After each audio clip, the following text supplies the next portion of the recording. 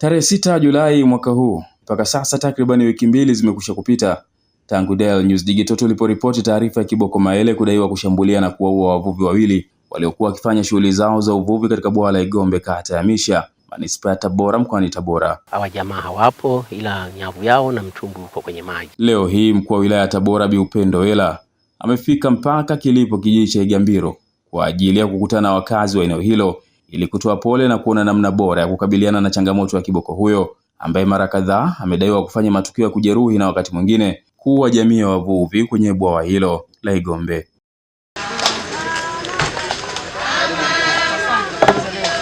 Wakizungumza namna bora ya kukabiliana na changamoto ya mnyama huyo, wakazi wa maeneo hayo wakiwemo wavuvi wanatoa maoni ya nini kifanyike.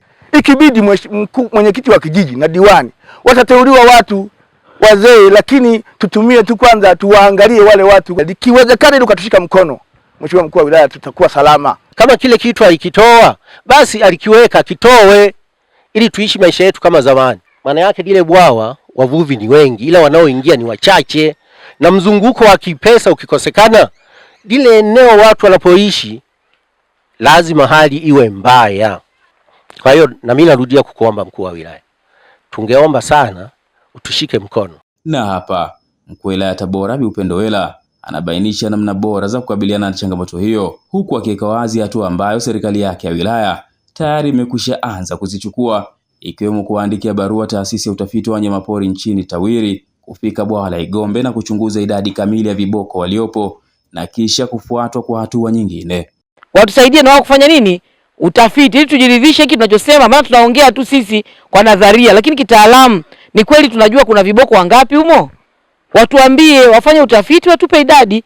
Kama kweli itaonekana idadi ni kubwa, iko namna ya kushauri serikali, kwa sababu maeneo mengine tunajua kwamba wakiwa wamezidi, watu tunaomba mamlaka husika wanakuja kuwavuna. Kwa hivyo lazima mamlaka inayohusika ije ifanye utafiti kitaalamu ituambie. Na hilo tumeshaliazimia na barua hiyo manake itaandikwa soon kwenda, kwa sababu kikao tumekaa asubuhi ya leo. Kwa hivyo tutaandika na tukipata majibu manake timu ile tunaamini itakuja kufanya utafiti na itatuambia, na kama tutabaini wameongezeka basi itatakiwa tuchukue hatua hiyo ya kufanya nini, ya kuwavuna. Tukimaliza tatizo tusirudi kuvua kienyeji, sasa tufuate utaratibu ili na sisi tuweze kulindwa. Wanangu ni kwamba kumbe sisi wenyewe pia tunavunja sheria, tunafanya makosa hata namna ya kuingia kwenye ile hifadhi ambayo nimewaambia imehifadhiwa. At the same time tunailaumu serikali kwamba inatuacha tunaangamia, lakini tumeingiaje?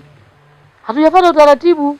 Hata hivyo, elimu kutoka kwa wataalamu mbalimbali wilayani hapo zikatolewa.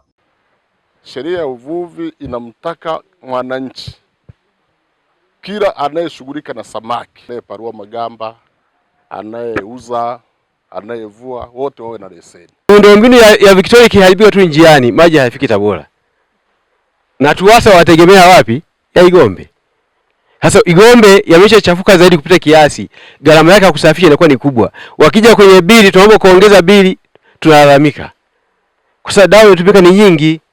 Lakini tukizingatia zile sheria zake hakuna shida. Lakini bahati mbaya au bahati nzuri, tunao hujumu kila kitu hapa ni sisi wenyewe huku Igombe. Mtu anayeingia kwenye hifadhi bila kufuata sheria anatakiwa apigwe faini ya shilingi 500,000 hadi 500,000. Au kifungo cha miezi 12 hadi miaka 5 au vinenda vyote pamoja. Kwa makadirio yasiyo rasmi kutoka kwa wanakijiji wa Igambiro, wanadai kuwa mpaka sasa zaidi ya watu 10 wamepoteza maisha katika bwawa hilo, huku jina la kiboko Maele likiwekwa juu ya vifo hivyo. Kutoka Tabora, mimi nimeweka somo lililo jina hii ni Daily News Digital. Endelea kusubscribe, kucomment na kulike. Endelea pia kutufuatilia katika mitandao mingine ya kijamii kama Instagram na Facebook kwa kuandika habari leo_tz. Shukrani.